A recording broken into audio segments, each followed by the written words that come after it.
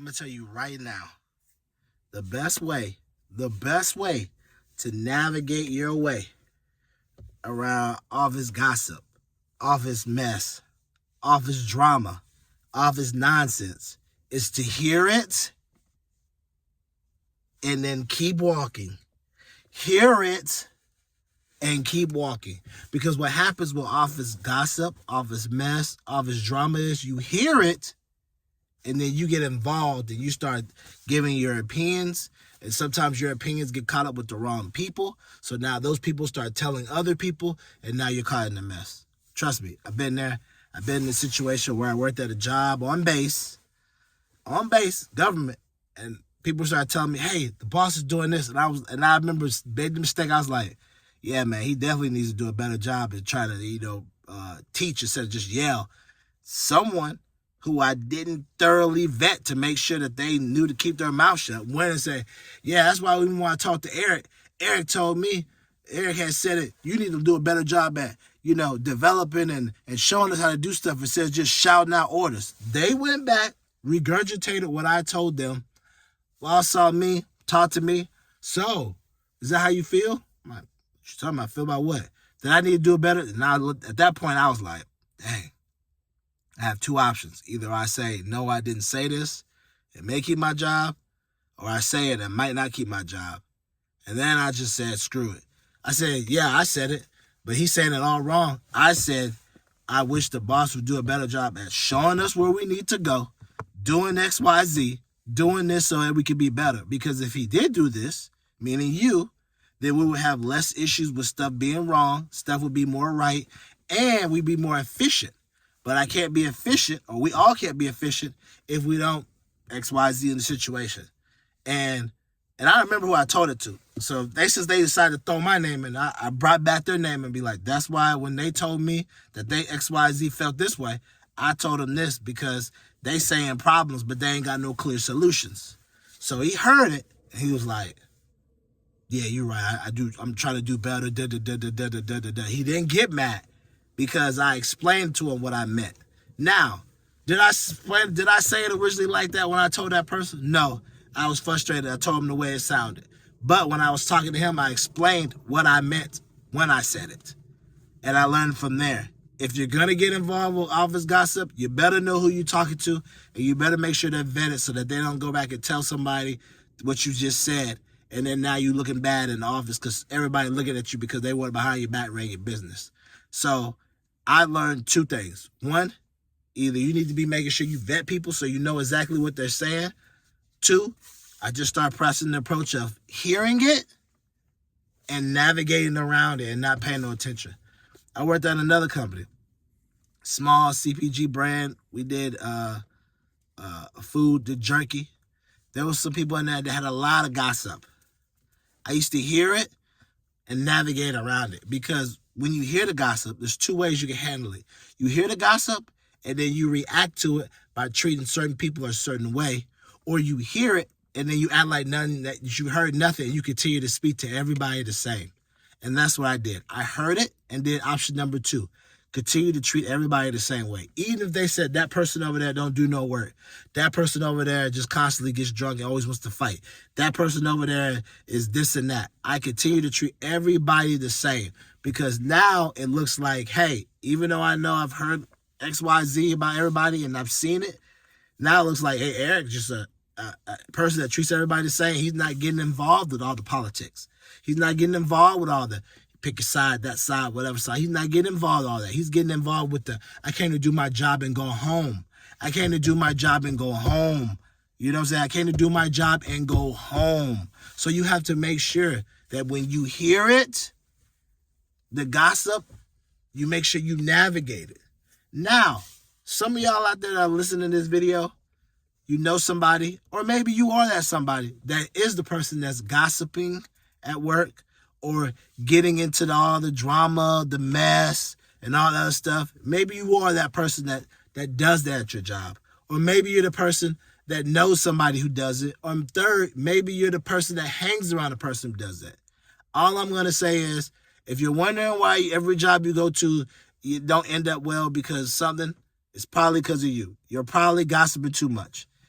If you go to a different job and you're always wondering why you attract the gossip person, you're probably a gossiper. If you go to different jobs and you never have any issues with nobody and everybody you get along with, you're not a gossiper. You're like me. You can get along with everybody because you're not a gossiper. Now, if you are a gossiper, then you'll find your clique of messy people and you'll do what you always do. And, that's how it always ends. And then you'll always have a story on social media about why things didn't go your way or this happened and you'll play the victim and all this other stuff. But if you're like me and you just want to go to work, do your job, be cordial, and go home and be cool, then you will hear the gossip, hear the mess, and you will navigate around it and go to the left and go to the left because you won't be worried about it. You'll hear what they say and then you'll know. Because because crazy is enough, some people will be like, well, Eric, I don't even want to hear it. Unfortunately, you're going to hear it because depending on where you are, people bring it to you. I remember my first job, I was working at the egg roll company. My first day at my desk, I was talking to a girl. I was like, hey, man, how you doing? They said XYZ, you doing this. It's good to meet you. She came on my desk. Don't get comfortable here because this is what they're doing to me. Just dropped the whole bombshell about how they've been treating her for months on my desk the first day. And I'm just like, oh, my gosh. And some of y'all might be thinking to yourself, like, I don't want to hear that. But sometimes you need to hear the gossip because sometimes that gossip that you don't want to hear and you don't want to get involved with, like I didn't want to get involved with and I didn't, you need to hear it so that if stuff starts coming your way or people around start acting a certain way and trying to be friendly with you, you've already heard from certain people or seen or been aware that, oh, that person right there, they're messy. They're not really trying to be speaking to me. They're just trying to get whatever they can out of me and try to use me or whatever. Because sometimes you have to be aware of people's intentions with you. See, me personally, when I come to work, I have no intentions. The only intentions I have is to work with you, be cool with you, we do our job, and then we mind our business and go on. Some people come to work with intentions of setting off, going crazy, or taking their personal problems out on the job. And last but not least, feeling like they don't have to do nothing at work and they could just be messy all day and be in everybody's business. Some people are like those four things. And because they're like that, you need to be aware and see who they are so you can know when they start trying to be like, hey, girlfriend, or what's up? You my buddy. When we go? No, we're not hanging out. We're not getting lunch together. We're not getting cool because you're only asking to be messy. You only want to know what I'm doing so you can be messy. So you got to make sure you watch those people. You got to make sure you stay away from those people because that's not what we want. That's not what we need. And that's not what we want to bring into our spirit. Those people are what we decide are messy. So we have to listen for the gossip so that we can stay away from the mess, And that's the crazy part about it. Because I know I've had conversations with people. They be like, Eric, so is that what you do? Yes, that's what I do. I hear the gossip, and then I know who to stay away from. Because whenever a person, like that girl did to me that first day at the egg roll company, dumped all that stuff on me, I was like, man, that's crazy. And then you don't, because here's the thing. Some people might be like, well, how you know she's not lying? How you know she is, how you know she's, somebody might say, how do you know she's not lying? How do you know she's not telling the truth? How do you know it's not true? That's the thing. When someone says certain things at the job, you better be very wary about what they're saying because two things. It could be true. It could not be true. But if it is true, it could happen to you. If it is true, it can happen to you. So you have to be wary. You have to be aware of the situation. So when they're telling you something like she did, and then all of a sudden I start seeing people act certain ways with her, pulling her over here, doing this and that, you like, oh, dang. And then you start hearing other things from other people that said the same thing about how she being treated. You like, oh, she ain't tripping. This is really going on. They are mistreating her. They are doing this to her. How do I know that won't happen to me? And then, boom, all of a sudden now you get mistreated. Not because something you aligned her with, no, but because they feel you're not doing exactly what they want you to do. Because some of these jobs that have gossip and mess, the gossip happens when you don't get into the circle of people. And I had that at the egg roll company. I didn't get into the mess with wanting to talk with the people or whatever. And I remember on my 60-day review, the HR guy, Gary, said in my 60-day review, yeah, and we've heard that you be talking to the person in research and development. Like, y'all are talking too much. Huh? How's me speaking to another coworker talking too much? And why is this brought up in my research? Why is this brought up in my 60-day review? What is me talking to another coworker got to be doing? It's brought up because I didn't speak to the people that wanted to be in the mess. So they brought that up to my review. And then when I told my supervisor, Sydney, so, hey, why is this even being brought up? It makes no sense. I mean, I told him, and then and then I don't know. Which is all funny because Sydney, a year to the day where they decided to let me go out of my contract for that job, she get fired because they realized that she didn't know what she was doing. She brought no sales in. She was a micromanager, and she brought no sales in. How you be head of sales and never bring no new sales in? And then when I tell you that you should bring sales in, now I'm a problem. You know why I'm a problem? Because I didn't follow along with the gossip. See, that's another thing you need to be aware of. When you don't go along with the gossip and you don't go along with the mess, you will be on a target for them to be like, nah, we got to get him out of here because he's not in line with us to do mess. He's saying that I don't want to be a part of that. He's saying, hey, this ain't right. And they don't like that. So a year to the day that I got let go, which was like, so if we're in December, or you'll see this video December, January, I got let go in October. October from that year, I got let go. In October from this year, she got let go. Gary's still there doing nothing. Mark ended up passing away and dying. Got cancer out of nowhere. Didn't see it coming and died. So that's crazy. And first day I thought was I wondered being a hater got to him. But, I feel bad for him dying. And then Jonathan that hated as well too, that was always in the mess, got fired.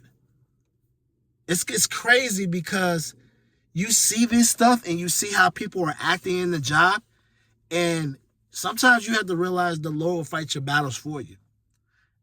And I tell First Lady all the time, it's like, it seems like all the people that I report to that claim to be children of God or in the church all happen to be the worst supervisors.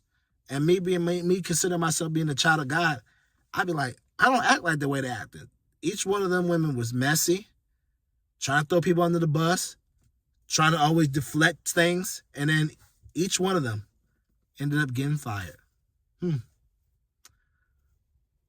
like I told First Lady, the Lord will take care of your enemies. Just give it some time. And it just proves my point. Each one of them that got fired, that I reported to, not only was they were messy. Both of them were messy. And when I didn't want to get involved in it, I was the problem. I became the problem when I didn't want to get involved in the mess and I started calling the mess out. So that's what I'm saying to you all. If you want to avoid the mess, listen for the mess. And then if the mess comes to your front door, do what's best for your integrity. If you're like, hey man, I need this job, then you better make sure you keep the mess to an arm's length where you know exactly what people saying what, so that you don't get caught up in anything. Or if you're like me and you're like, man, I don't really care, I'm not going to let it get to me. You say, hey man, they tell you the mess, you're like, oh, okay. You ignore it, and you just don't even go around them. And then at a point, they'll get mad because you don't go around them and you don't want to be buddy or part of their little clique, and then they'll get mad at you because you're calling them out and you won't allow them to keep putting mess on you. So that's the way to navigate the mess.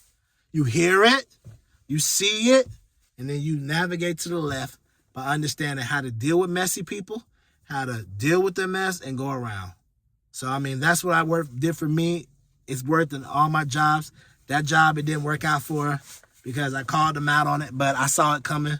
But the same day I was walking out, I got let go, I got another job. So that let's just show you. And then a year later, they all got fired. So the mess will only last for so long. The fake can only fake for so long before the real show up.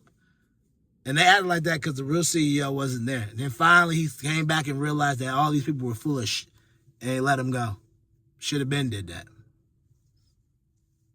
But I said I had to say, that's how you navigate the mess. You hear it, you see it, and you navigate around. Because at the end of the day, you have to look in the mirror and ask yourself if you've been real with yourself, if you change your integrity just to fit in or be liked by somebody. So remember that. And lastly, 2 things. We got to be intentional. We got to be meticulous. We got to be intentional what we want, where we want to go, how we're going to get it. We got to be meticulous, how we're going to keep it, how we're going to grow it, how we're going to share it. And always remember, keep living your life. Because if you don't, your life is not going to live you.